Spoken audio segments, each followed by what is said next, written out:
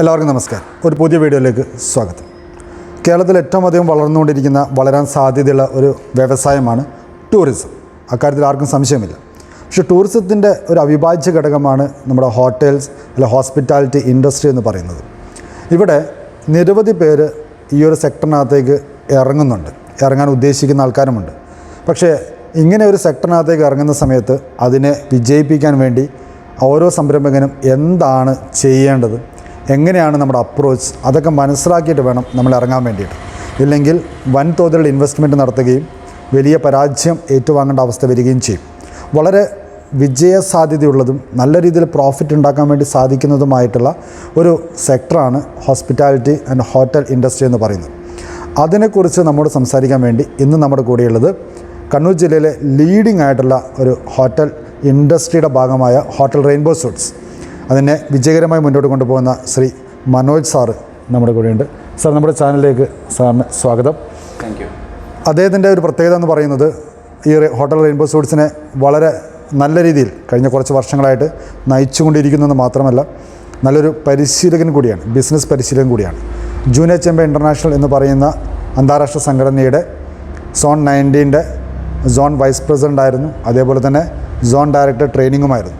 അപ്പോൾ മികച്ച പരിശീലകനും നല്ലൊരു GM-ഉമായിട്ടുള്ള ഈ ഒരു ഇൻഡസ്ട്രിയുടെ പൾസ് അറിയുന്ന വ്യക്തിയാണ് ഇന്ന് നമ്മോട് ഈ ഹോട്ടൽ ഹോസ്പിറ്റാലിറ്റി സെക്ടറിനകത്ത് എങ്ങനെയാണ് ഒരു സംരംഭകൻ പ്രവർത്തിക്കേണ്ടത് എന്ന് നമ്മോട് പങ്കുവയ്ക്കുന്നത്.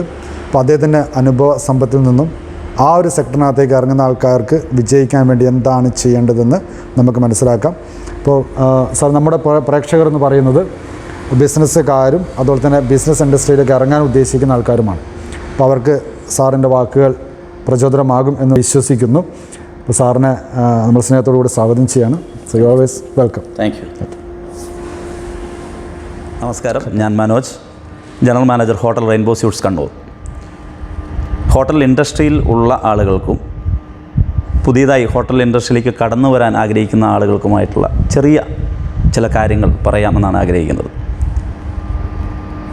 അതിനകത്ത് ഏറ്റവും പ്രധാനപ്പെട്ട കാര്യമെന്ന് പറയുന്നത് നമ്മുടെ ഹോട്ടൽ ഇൻഡസ്ട്രിയിൽ മറ്റ് ഏത് ഇൻഡസ്ട്രിയിൽ നിന്ന് വ്യത്യസ്തമായി കൺസ്യൂമേഴ്സിനെ അല്ലെങ്കിൽ കസ്റ്റമേഴ്സിനെ ഗസ്റ്റ് ആയിട്ടാണ് കാണുന്നത്, അതായത് അതിഥികളായിട്ടാണ് കാണുന്നത്.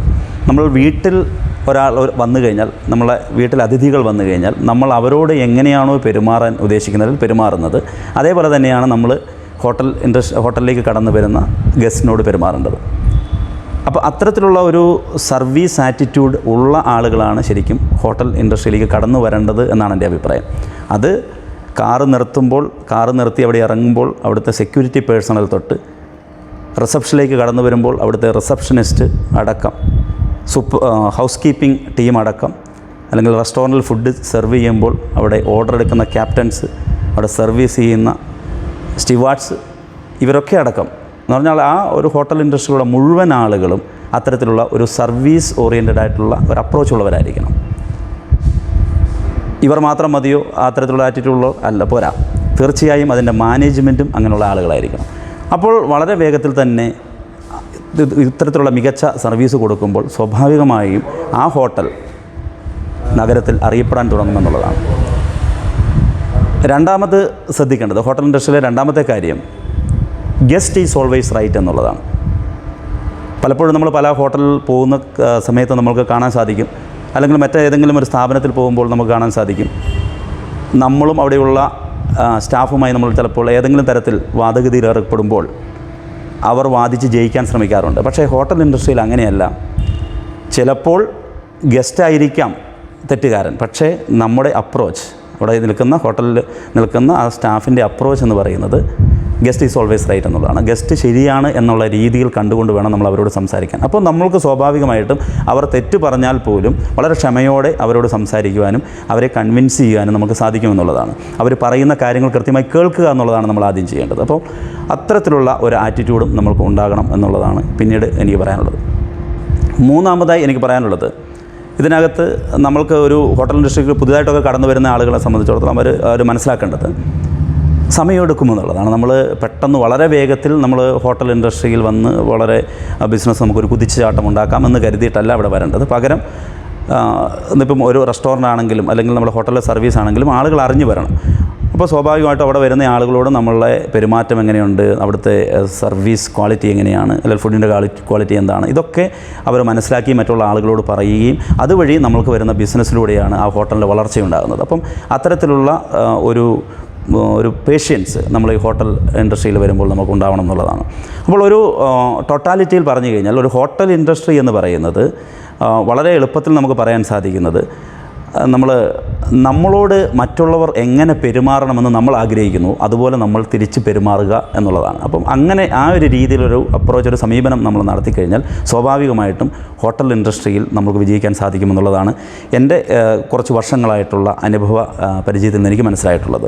നമ്മൾ ആളുകളുമായിട്ടുള്ള റിലേഷൻഷിപ്പ് തന്നെയാണ് മറ്റേത് ബിസിനസ്സിലെ പോലെ ആ കാര്യത്തിലും അങ്ങനെ തന്നെയാണ്. നല്ല ബന്ധം ആളുകളുമായിട്ട് ഉണ്ടാക്കുക, വരുന്ന ഗസ്റ്റുമായിട്ട് നല്ല ഒരു റാപ്പോ ബിൽഡ് ചെയ്യാൻ നമുക്ക് സാധിക്കുക, അവർക്ക് കൊടുക്കുന്ന സർവീസിൽ നമ്മൾ കമ്മിറ്റഡ് ആയിരിക്കുക എന്നുള്ളത്, നമ്മൾ 100% ആത്മാർത്ഥതയോടെ അവരോട് പെരുമാറുക. നമ്മൾ അവരെ ചീറ്റ് ചെയ്യാൻ വേണ്ടിയിട്ടല്ല നമ്മൾ ചെയ്യേണ്ടത്, അവരോട് യഥാർത്ഥത്തിൽ നമ്മൾക്കുള്ള കാര്യങ്ങളാണ് നമ്മൾ പറയേണ്ടത്. നമ്മളുടെ സൈഡിൽ എന്തെങ്കിലും കാര്യങ്ങൾ അവർക്ക് നമ്മൾ പറഞ്ഞതിൽ നിന്ന് പ്രോമിസ് ചെയ്ത കാര്യങ്ങൾ കൊടുക്കാൻ നമുക്ക് സാധിക്കുന്നില്ലെങ്കിൽ ആദ്യം തന്നെ അവരോട് കമ്മ്യൂണിക്കേറ്റ് ചെയ്യുക എന്നുള്ളതാണ് ചെയ്യേണ്ടത്. പലപ്പോഴും സംഭവിക്കുന്നൊരു കാര്യമാണ്, നമ്മൾ പറയുന്ന കാര്യങ്ങൾ ഇവിടെ വരുമ്പോൾ ഇല്ല എന്ന് അവർ കാണുന്ന സമയത്ത് ഗസ്റ്റിനെ സംബന്ധിച്ചിടത്തോളം അവർ ഇറിറ്റേറ്റഡ് ആവും. അപ്പം അതിൽ നിന്ന് മാറിക്കൊണ്ട് അവരോട് യഥാർത്ഥ കാര്യം സത്യസന്ധമായി നമ്മൾ തുറന്നു പറയുകയാണെങ്കിൽ സ്വാഭാവികമായിട്ടും ആ ഗസ്റ്റിന് അത് മനസ്സിലാക്കാൻ സാധിക്കും. പിന്നീട് അതുപോലെ തന്നെ നമ്മൾ ഫീഡ്ബാക്ക് ഫോം, അത് എല്ലായിടത്തും ഉള്ള പോലെ തന്നെ ഇവിടെയും അത് വളരെ ഇമ്പോർട്ടൻ്റ് ആണ്. നമ്മൾക്ക് കിട്ടുന്ന ഓരോ ഫീഡ്ബാക്കും നമ്മളെ ഇമ്പ്രൂവ് ചെയ്യാൻ നമുക്ക് ഉപയോഗിക്കാൻ സാധിക്കണം. അപ്പം ഗസ്റ്റ് തരുന്ന ഫീഡ്ബാക്ക് ഒരിക്കലും ചിലപ്പോൾ അവർ പറയുന്ന മുഴുവൻ കാര്യങ്ങളും ശരിയായിക്കൊള്ളണമെന്നില്ല, പക്ഷേ അതിനകത്ത് കുറച്ച് കാര്യങ്ങളെങ്കിലും നമുക്ക് മാറ്റാൻ സാധിച്ചാൽ നമുക്ക് വലിയ മാറ്റങ്ങൾ സൃഷ്ടിക്കാൻ സാധിക്കുമെന്നുള്ളതാണ്. ഈ ഹോട്ടൽ ഇൻഡസ്ട്രി എന്ന് പറയുന്നത് ശരിക്കും നമ്മുടെ ഇക്കോണമിയെ തന്നെ ശരിക്കും പിടിച്ചു നിർത്തുന്ന ഏറ്റവും വലിയ ഒരു ഇൻഡസ്ട്രിയാണ്.